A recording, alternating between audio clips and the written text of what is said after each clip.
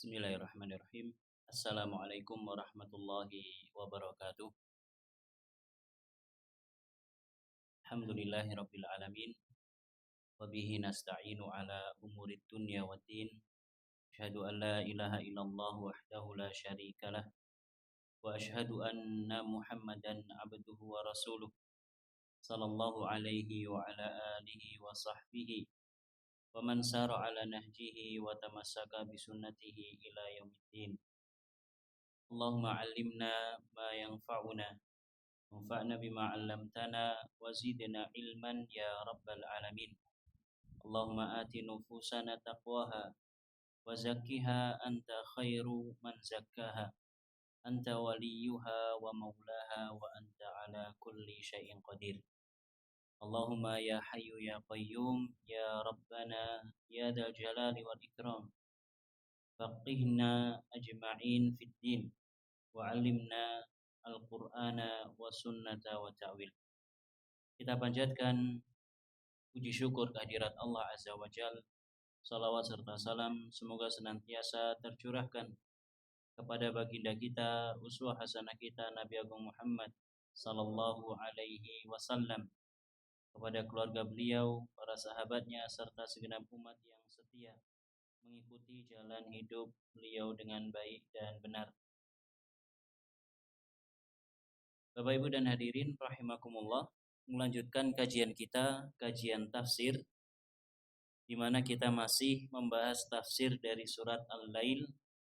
Pertemuan yang lalu kita telah membicarakan tentang yaitu golongan orang-orang yang memberikan sebagian harta yang Allah rizkikan kepada mereka.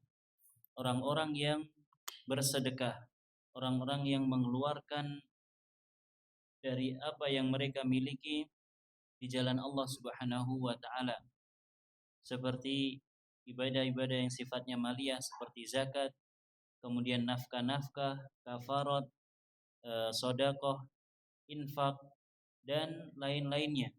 Demikian pula ibadah yang terkumpul di dalamnya ibadah maliyah dan badaniyah seperti ibadah haji dan ibadah umrah, di mana keduanya membutuhkan modal berupa uang dan modal berupa fisik. Kemudian itu semua orang yang diberikan rizki oleh Allah Subhanahu wa taala, kemudian dia gunakan untuk berinfak di jalan Allah Subhanahu wa taala, untuk melakukan perintah Allah Subhanahu wa taala, mereka melakukannya dibarengi dengan ketakwaan. Fa amma man a'ta wattaqa. Adapun orang-orang yang dia mau memberikan sebagian apa yang Allah rizkikan kepada mereka, wattaqa, dan dia bertakwa. Jadi pemberian di sini sifatnya umum, tidak hanya sebatas sedekah saja, namun juga mencakup yang paling utama yaitu adalah zakat. Karena zakat hukumnya adalah wajib, bahkan zakat merupakan rukun Islam. Lalu diikuti dengan sedekah-sedekah yang sifatnya sunnah. Demikian pula nafkah. Demikian pula kafarat, penebusan pelanggaran. Ketika seseorang melakukan pelanggaran, kemudian diantara penebusannya dengan membayar kafarat, maka dia tunaikan. Wattaqo, itu semua dibarengi dengan ketakwaan. Wasaddaqa bil husna, dan dibarengi dengan pembenaran terhadap al-husna. Al-husna, sebagaimana yang kita sampaikan, para ulama kita mereka memaknai al-husna dengan beberapa makna. Di antaranya adalah surga. Mereka beramal kebajikan, di antaranya sedekah dan seterusnya. Dan amal kebajikan tersebut dibarengi dengan ketakwaan. Mereka menjaga diri. Jadi tidak hanya beramal kebajikan tapi sembrono. Karena ada sebagian orang yang semacam itu, merasa sudah punya amal baik, kemudian merasa aman. Mereka mengatakan, "Oh, aku sudah ini kok. Aku mau maksiat terserah. Karena aku sudah melakukan ini, aku sudah beramal ini dan seterusnya. Masjid itu yang bangun saya. Masjid itu yang bangun saya. Terserah saya mau ngapain. Saya mau ngundang anak-anak untuk minum, terserah. Sebagian orang semacam itu, merasa telah mengeluarkan sebagian hartanya di jalan Allah, kemudian merasa sudah aman. Dalam ayat ini tidak. Dia mengeluarkan hartanya di jalan Allah, menunaikan perintah Allah, namun dia juga bertakwa, menjaga diri dari hal-hal yang Allah haramkan dan membenarkan al-husna. Di antara penafsirannya adalah surga. Di antaranya adalah surga. Maknanya selain dia beramal soleh, selain itu dia juga melandasi amal soleh tersebut dengan keimanan. Dia beramal soleh, dia menjaga diri dari hal-hal yang diharamkan, dan dia melandasi itu semua dengan keimanan. Karena tidak ada manfaatnya orang yang beramal soleh namun tidak didasari keimanan. Kowe ngopo salat, kowe ngopo sedekah, karena tidak ada manfaat. Aku sedekah ben sugih, aku sedekah ben penyakitku mari. Ya memang di antara manfaat sedekah itu aku sedekah ben didohke saka bala bencana. Memang di antara manfaat sedekah adalah itu. Tapi kalau seseorang hanya meniatkan untuk itu semua, maka tidak diterima di sisi Allah Subhanahu wa taala. Orang yang bersedekah, orang yang mengeluarkan, menginfakkan sebagian hartanya harus didasari dengan keimanan. Dengan keimanan tersebut akan muncul rasa harap. Wasaddaqa bil husna, orang yang membenarkan al-husna. Yang kalau kita maknai dengan surga, tentu kalau dia mengeluarkan hartanya, dia berharap balasan surga dari Allah Subhanahu wa taala. Makna yang lain daripada al-husna adalah saddaqa bila ilaha illallah, membenarkan kalimat tauhid la ilaha illallah. Maknanya apa? Maknanya seseorang ketika dia mengeluarkan hartanya, dia bersedekah, dia membayar zakat, berinfak, maknanya apa? Menyantuni anak yatim, menyantuni para janda, menyantuni orang-orang yang tinggal di jalan-jalan. Mereka melakukan itu semua dengan dasar la ilaha illallah. Tidak ada Tuhan yang berhak diibadahi kecuali Allah. Karena dengan ini, karena dengan la ilaha illallah akan bermanfaat apa yang dia amalkan. Tentu berbeda orang yang bersedekah niatnya karena Allah Subhanahu wa taala dengan orang yang bersedekah niatnya untuk mengagungkan sesuatu selain Allah. Orang bersedekah, sedekah laut misalkan, apa yang diagungkan? Apa yang diagungkan? Lautnya atau penghuni lautnya? Antara lautnya diagungkan atau penghuni lautnya atau penguasa lautnya. Apakah mereka yang melakukan itu semua tidak sadar bahwa yang menguasai laut, bahkan yang menciptakan laut adalah Allah Subhanahu wa taala. Dan Allah yang bersedekah kepada kita, Allah yang memberikan rizki kepada kita dengan sebab laut tersebut. Laut tidak butuh sedekah dari kita. Maka apa yang mereka keluarkan karena atau tujuannya bukan karena Allah Subhanahu wa taala tidak akan bermanfaat. Orang yang semacam ini kondisinya, fasanuyassiruhu lil yusra, maka kata Allah kami akan mudahkan jalannya kepada kebajikan. Orang yang terbiasa melakukan kebajikan, Allah akan mudahkan jalannya untuk menempuh jalan yang baik. Orang yang terbiasa melakukan kebajikan. Sebaliknya wa amma man bakhila wastaghna. Adapun orang yang bakhil, orang yang pelit, orang yang medit, wastaghna, dan kebakhilan tersebut dibarengi dengan istighna, orang yang merasa paling sok kaya, sok sukses, sok enggak butuh kepada Allah Subhanahu wa taala. Maka orang yang semacam ini fasanuyassiruhu lil usra, kami akan mudahkan jalannya menuju kesulitan. Wa amma man bakhila wastaghna, ay bakhila bima umira bihi, dia bakhil terhadap perintah yang Allah berikan kepadanya. Allah memerintahkan kita untuk mengeluarkan sebagian harta kita sebagai ibadah. Mengeluarkan sebagian harta kita untuk ibadah di jalan Allah Subhanahu wa taala. Apa tadi di antara contohnya? Zakat. Apa Pak hukumnya zakat? Wajib. Dan ini sering kita sampaikan. Kenapa? Karena banyak orang yang tidak sadar kalau dirinya itu sebenarnya telah wajib zakat. Dan ini sering usaha sukses. Kenapa? Karena hartanya banyak orang miliaran bahkan triliunan, bahkan triliunannya sampai ratusan triliun. Hartanya ikut sholat bersama kita, ikut Jumatan bersama kita, ikut buka bersama dengan kita, pengajian bersama kita, tapi nggak pernah mengeluarkan zakat. Apa sebabnya? Karena tidak tahu.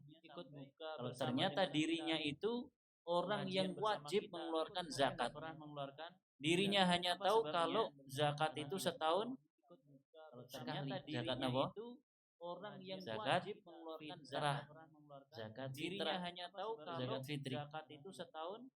Padahal zakat adalah rukun Islam ke berapa? Zakat fitrah. Syahadat, zakat fitri. Salat. Padahal zakat adalah rukun Islam. Puasa dulu atau zakat dulu? Berapa? Puasa dulu apa zakat dulu? Syahadat. Salat. Nek corone wonge dhewe poso dhisik. Karena zakat mengki malam piran. Gitu. Urutan yang benar adalah zakat terlebih dahulu. Kenapa? Karena Allah Subhanahu wa taala menggabungkan antara salat dengan zakat di dalam Al-Qur'an. Kurang lebih 80 kali. 80 atau 83 kali. Menggabungkan antara salat dengan zakat di dalam Al-Qur'an. Kata napa Kedi? Kurang lebih 8 wa aqimus shalah wa atuz zakat. Ya tidak ada wa aqimus shalah wa sumu ramadan, enggak ada. Dalam Al-Qur'an wa aqimus shalah wa atuz zakat. Wa aqimus shalah ini yang menunjukkan bahwa zakat lebih didahulukan daripada puasa. Dan sebagaimana kita sampaikan, banyak orang yang tidak sadar kalau ternyata dirinya adalah orang yang wajib zakat. Lebih didahulukan gadah perdagangan misalkan punya toko kelontong saja. Dan sebagaimana kita sampaikan, kalau memang orang yang tidak omsetnya itu sudah memenuhi batasan minimal atau nisab zakat, maka dia harus mengeluarkan zakatnya. Dan zakatnya itu tidak banyak. Kalau memang ya zakat mal semacam itu hanya 1/40 dari keseluruhan harta atau nisab zakat. Orang yang punya emas, dan saya kira hari-hari ini ya banyak berseliweran iklan-iklan tentang motivasi untuk nabung emas. Bapak Ibu harus paham bahwa orang yang punya tabungan emas, kok tabungan tersebut telah melewati batasan nisab untuk nabung emas, kemudian berlalu atau tersimpan selama 1 tahun, maka harus dikeluarkan zakatnya. Melewati batasan nisab, wonten Pak Bu ingkang berternak emas atau bertani emas selama 1 tahun, maka harus dikeluarkan. Gimana kalau emasnya itu bentuknya perhiasan? Kalau bentuknya perhiasan, kalau memang itu dipakai maka nggak ada zakatnya. Pakai perhiasan, gelangi mawon. Gimana kalau emasnya itu bentuknya perhiasan? Kalunge bentuknya perhiasan. Kandel niko. Kalau memang itu terus napa niki jenenge anting-anting. Dereng sing ten hiasan, gelangi mawon sing ten suku. Bentuknya perhiasan. Apa jenenge niku? Kalunge. Wis pokoke niku.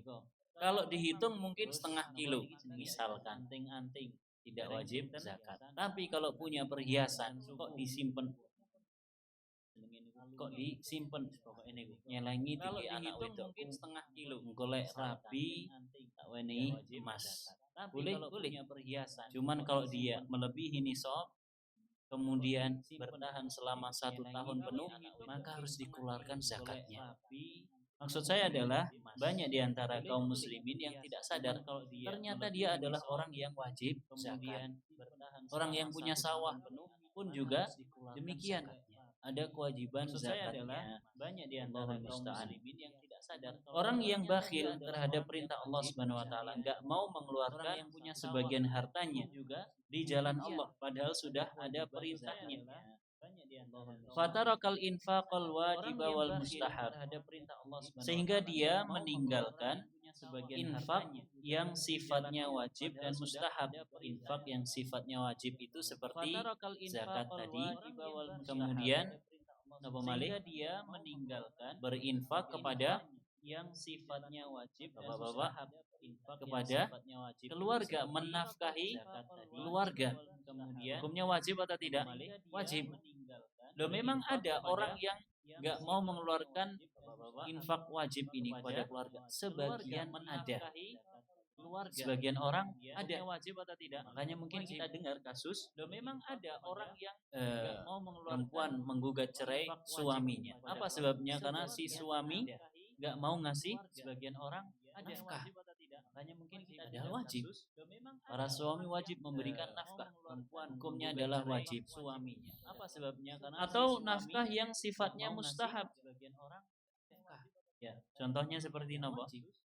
Para suami wajib nafkah yang sifatnya mustahab, sunnah adalah wajib, tidak wajib. Atau nafkah yang sifatnya amal. Contohnya kemudian memberi sedekah-sedekah yang ringan, memberi takjilan misalkan ketika puasa, sedekah-sedekah di hari Jumat, ini sifatnya kemudian tidak wajib. Memberi wis dijadwal karo Pak RT ringan, beri takjilan wajib ketika puasa semampunya, sedekah-sedekah semampunya, tidak wajib sebagaimana yang telah disebutkan zakat atau infak kepada keluarga. Ya, sifatnya tidak wajib.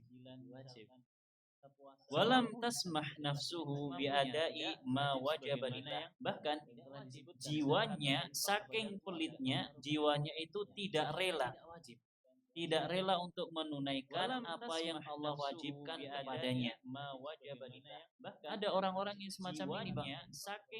Mohon maaf, bahkan dalam hal berpakaian. Orang, Pak, Bu, berpakaian itu sebenarnya menunjukkan bagaimana dia mensyukuri nikmat Allah Subhanahu wa taala.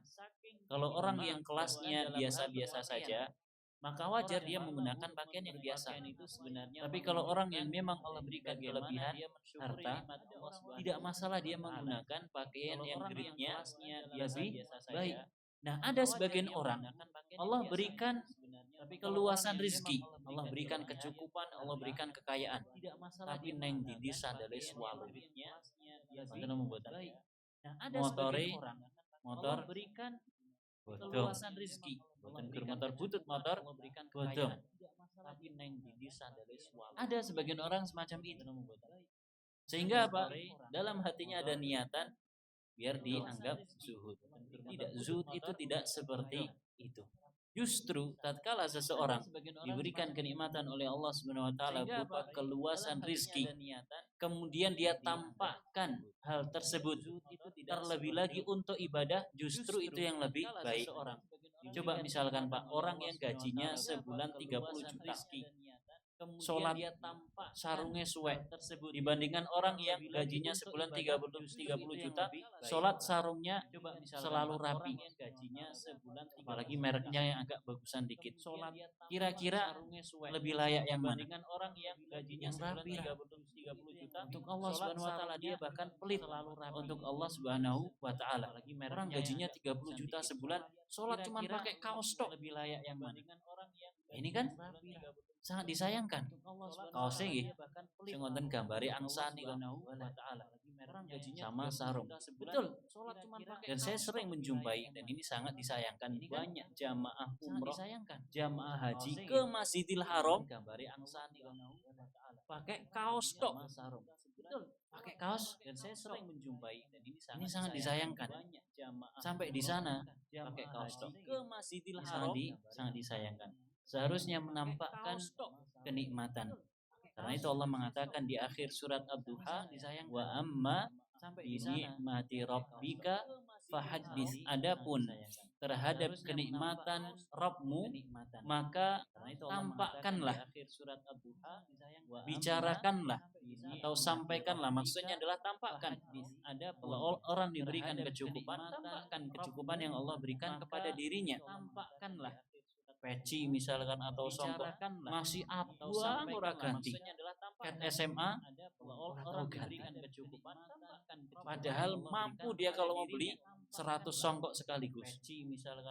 Ini sangat disayangkan ya, ini sangat disayangkan, saking pelitnya jiwanya tidak mau mengeluarkan apa yang seharusnya dia tunaikan lillahi ta'ala. Ini sangat disayangkan. Di samping itu wastagna, dia merasa cukup anillah terhadap Allah Subhanahu wa taala. Dia merasa tidak butuh kepada Allah Subhanahu wa taala. Fataraka ubudiyatahu janiban. Sehingga dia tidak mau beribadah kepada Allah Subhanahu wa taala, meninggalkan kewajiban dirinya di dalam menunaikan ibadah kepada Allah Subhanahu wa taala. Walam yara nafsahu muftaqiratan ghayatal iftiqari ila rabbiha. Bahkan dia menganggap bahwa dirinya itu tidak perlu menghambakan diri kepada Allah Subhanahu wa taala. Merasa tidak butuh kepada Allah Subhanahu wa taala. Ini bahaya, Pak. Orang yang merasa tidak butuh kepada Allah itu berbahaya. Merasa tidak butuh kepada Allah Subhanahu wa taala. Padahal Allah Subhanahu wa taala mengatakan, "Ya ayyuhan nas, antumul fuqara ilallah. Wallahu ghaniyun 'anil 'alamin." Wahai manusia seluruhnya, kalian semua itu fakir. Kalian semua itu butuh kepada Allah Subhanahu wa taala. Sedangkan sebaliknya Allah adalah Maha Kaya, tidak butuh kepada alam semesta seluruhnya. Kita butuh kepada Allah Subhanahu wa taala. Butuh. Sedangkan kalau Allah tidak menolong kita, membantu kita, kita tidak bisa melakukan apa-apa. Nah, orang yang disebutkan di sini, dia sudah bakhil, dia juga merasa tidak butuh kepada Allah Subhanahu wa taala. Allati la najata laha wala fauza wala falaha illa bi an yakuna huwa mahbubuha. Padahal merasa tidak akan ada kesuksesan, tidak akan ada kemenangan kecuali jika Allah Subhanahu wa taala menjadi satu-satunya zat yang dicintai, wa ma'buduha, yang diibadahi, alladzi taqsiduhu wa tatawajjahu ilaihi, yang senantiasa dia menghadap dan mengharap kepada Allah Subhanahu wa taala. Gak mungkin, Pak Bu, orang itu bisa sukses, bisa berhasil kalau Allah tidak memberikan bantuan. Padahal Allah adalah yang seharusnya menjadi satu-satunya zat yang kita cintai. Kita boleh mencintai istri kita, suami kita, anak kita, orang-orang yang ada di sekitar kita. Namun cinta yang sifatnya tabi'i, sifatnya alamiah saja. Adapun cinta kepada Allah adalah satu kewajiban, wajib. Cinta kepada Allah hukumnya wajib. Dan cinta kepada Allah adalah ibadah dan yang akan mendorong seseorang untuk senantiasa beribadah. Orang akan beribadah kepada Allah hukumnya wajib kalau dia cinta kepada Allah Subhanahu wa taala. Dengan demikian, kemudahan, kesuksesan, kemenangan akan dia dapatkan. Wa kadzdzaba bil husna. Selain dia bakhil, selain pula dia merasa tidak butuh kepada Allah, dia juga kadzdzaba bil husna, mendustakan al-husna. Menurut penafsiran yang tadi kita sebutkan, makna al-husna diantaranya apa? Surga. Dia mendustakan adanya surga. Mendustakan, apakah ada orang yang semacam itu? Ada. Menurut penafsiran yang bahkan diantara kaum muslimin ada orang-orang yang tidak percaya adanya surga. Maka kita tanya, ya orang percaya surga, nah simbah mumbian asal muasal itu ngerti, karena nenek moyang kita adalah Nabi Adam dan Hawa, yang mana keduanya Allah ciptakan di surga. Mungkin orang-orang semacam ini adalah orang-orang yang memegang teori bahwasanya manusia dulu adalah yang mana keduanya Allah ciptakan di surga. Ya. berjalan dengan empat kaki, kemudian sedikit demi sedikit tegak sampai menjadi sempurna tegaknya. Berjalan dengan sehingga tidak membenarkan adanya surga. Adapun kita, maka kita membenarkan adanya surga. Surga itu hak sebagaimana yang Allah sampaikan di dalam Al-Quran dan Nabi sampaikan di dalam sabda-sabdanya. Dan surga itu sudah ada. Surga sudah ada.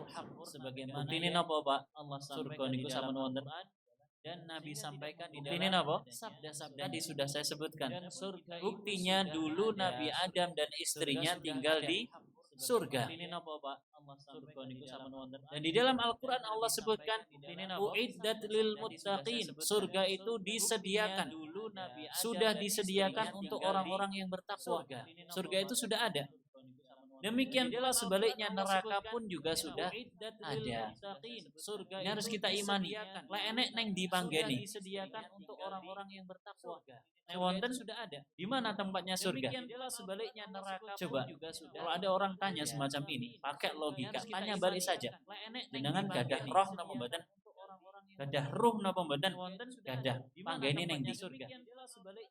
Apakah di tangan roh jenengan semacam ini atau di kepala? Tanya balik saja. Atau di jantung atau di punggung? Enggak akan tahu. Gadah ruh napa mboten?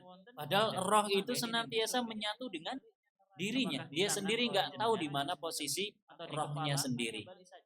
Apalagi sampai surga. Ya, terlalu jauh. Roh itu semacam itu kan. Dia sendiri nggak tahu di mana posisi rohnya.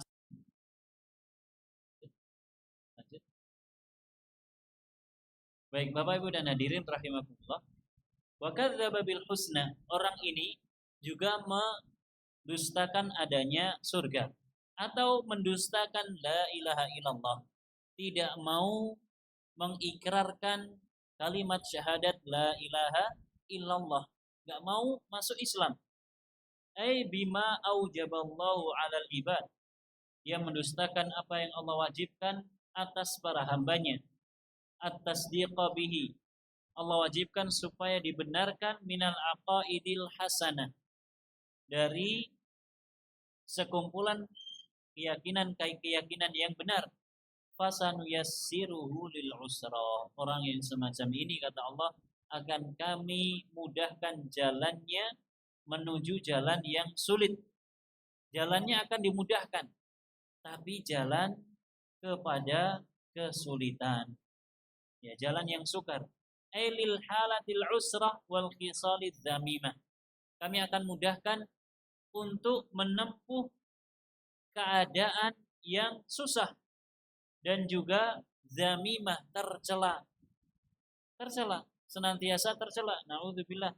Bi an yakuna muyassaran lisyarr, yaitu dia akan dimudahkan untuk melakukan keburukan. Angger ajeng, maksiat gampang. Tapi kalau mau taat susah. Ini ujian. Dan coba kita cek diri kita. Kalau memang kita adalah orang yang Allah berikan taufik kepada kebaikan, maka Allah akan mudahkan kita untuk melakukan kebaikan-kebaikan. Mau sholat gampang. Mau sholat subuh, bangunnya juga gampang. Ya. Hujan, tetap sholat. Gak hujan, tetap sholat. Capek, tetap sholat. Orang yang dimudahkan untuk kebaikan. Tapi sebaliknya, kalau ternyata kita itu sulit untuk melakukan kebaikan, dikhawatirkan kita termasuk orang-orang yang semacam ini. Ya, wallahul musta'an. Muyassaran lisyarr aina makana. Dimanapun dia berada, Allah mudahkan untuk melakukan keburukan. Wa muqayyadun lahu af'alul ma'asi, dan senantiasa ya melakukan perbuatan-perbuatan maksiat. Ini orang yang diuji oleh Allah Subhanahu wa taala, disulitkan jalannya menuju jalan kebaikan. Ya, jalannya dimudahkan untuk keburukan. Lalu Allah katakan wa ma yughni anhu maluhu idza taradda. Wa ma yughni anhu maluhu alladhi atghahu wastaghna bihi wa bakhila bihi idza halaka wa mata. Padahal kata Allah Subhanahu wa taala, harta yang selama ini menjadikan dia melampaui batas dan bersikap sombong sehingga merasa tidak butuh kepada Allah Subhanahu wa taala, itu semua tidak akan bermanfaat kalau dia sudah meninggal dunia. Harta itu Pak Bu gak bermanfaat kalau kita sudah meninggal. Ya, gak akan bermanfaat kecuali yang telah kita simpan untuk akhirat kita. Fa innahu la yusahibul insana illa amaluhu salih. Sungguh tidak ada yang akan menemani seorang insan kecuali amal solehnya.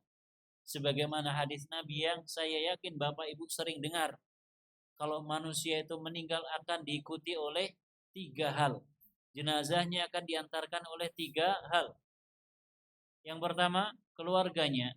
Yang kedua, hartanya. Dan yang ketiga, amalnya. Keluarganya ada enggak Pak Bu? Bojone sing paling ayu pas sing kakung sedo terus nginep ten kuburan sewengi mawon. Wonten apa mboten? Semalam saja. Istriku yang paling cantik nanti kalau saya meninggal dikubur tolong temani saya. Semalam saja. Wonten apa mboten? Enggak ada.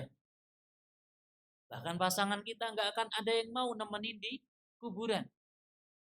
Napa malih sampai melebet. Enggak ada. Nah, saya pernah ceritakan ya, saya pernah cerita dengan istri, dia ada tanah dijual tapi pinggir kuburan. Loh, serem. Ya enggak serem. Nanti kalau saya meninggal, dimakamkan saja di samping rumah. Dan kita bangun rumah mepet sama kuburan, makamkan di samping rumah. Supaya apa? Enggak perlu ziarah jauh-jauh. Kalau kangen anak-anak tinggal buka jendela, Abi lagi ngapain? Iya kan? Ternyata nggak mau. Nggak mau. Pasangan kita pun nggak mau menemani kita di kuburan. Keluarga kita juga demikian. Bahkan saya yakin orang yang paling sayang dengan kita, yaitu ibu kita, nggak akan mau menemani kita di pemakaman. Pasti pulang. Kemudian yang kedua, harta. Harta pasti juga akan dibawa pulang. Meskipun jenazahnya pakai ambulan desa saja nggak usah. Kami punya ambulan sendiri. Nggak usah kami punya helikopter. Langsung nanti kami antarkan pakai helikopter. Apakah hartanya ini nanti akan tinggal di situ? Tidak. Dibawa pulang lagi. Bahkan tidak jarang harta tinggalan si mayit menjadikan perpecahan keluarga. Ketika sudah menjadi warisan, menjadikan keluarganya pecah. Lalu yang ketiga adalah amalnya. Ternyata amal inilah yang setia dengan kita. Amal soleh kita. Dia yang akan menemani kita di perjalanan kita setelah kematian kita. Karena itu Bapak Ibu, banyak-banyaklah beramal soleh. Baik itu dengan amal soleh yang sifatnya badaniyah dengan anggota badan, atau amal soleh yang sifatnya dengan maliyah dengan harta. Harta yang kita miliki mentoknya sampai kita masuk liang kubur. Tapi harta yang sejati yang kita miliki justru adalah harta yang telah kita keluarkan di jalan Allah Subhanahu wa taala. Kita investasikan, kita simpan untuk tabungan akhirat kita. Kita punya rezeki berlebih misalkan 10 juta, yolah 2 jutanya kita tabung ke akhirat. Ada masjid lagi dibangun, kita ikut andil. Ini nanti yang akan kita jumpai dan akan menemani di akhirat kita. Wa amma maluhu alladhi lam yukhrij minhu aw lam yakhruj minhu alwajib fa innahu yakunu wabalan alaih. Sebaliknya, harta yang tidak dia keluarkan untuk perkara yang wajib, maka akan menjadi bencana untuk dirinya. Seperti zakat tadi. Makanya sering saya sampaikan, zakat itu wajib. Coba dicek kepemilikan kita masing-masing. Kalau memang kita memiliki harta yang wajib dikeluarkan zakatnya, segera keluarkan. Cek berapa banyak kepemilikan kita dan apakah ini sudah wajib zakat. Apakah ini adalah harta-harta yang harus dikeluarkan zakatnya. Kenapa? Karena kalau tidak kita keluarkan akan menjadi bencana bagi kita di akhirat kelak. Akan menjadi bencana bagi kita di akhirat kelak. id lam yuqaddim minhu li akhiratihi syai'an, jika dia sama sekali tidak mengeluarkannya untuk akhirat sedikit pun. Wallahu taala alamu bisawab. Bapak Ibu dan hadirin rahimakumullah, barangkali ini yang bisa disampaikan. Mohon maaf kiranya ada kesalahan dan kekurangan. Insyaallah kita lanjutkan pada pertemuan yang mendatang. Wallahu taala alam. Kita akhiri dengan menutup majelis ini dengan doa kafaratul majelis. Subhanakallahumma wa bihamdika asyhadu an la ilaha illa anta astaghfiruka wa atubu ilaik. Wa sallallahu ala nabiyyina Muhammad wa ala alihi wa sahbihi wa sallama tasliman katsira. Wassalamualaikum warahmatullahi wabarakatuh.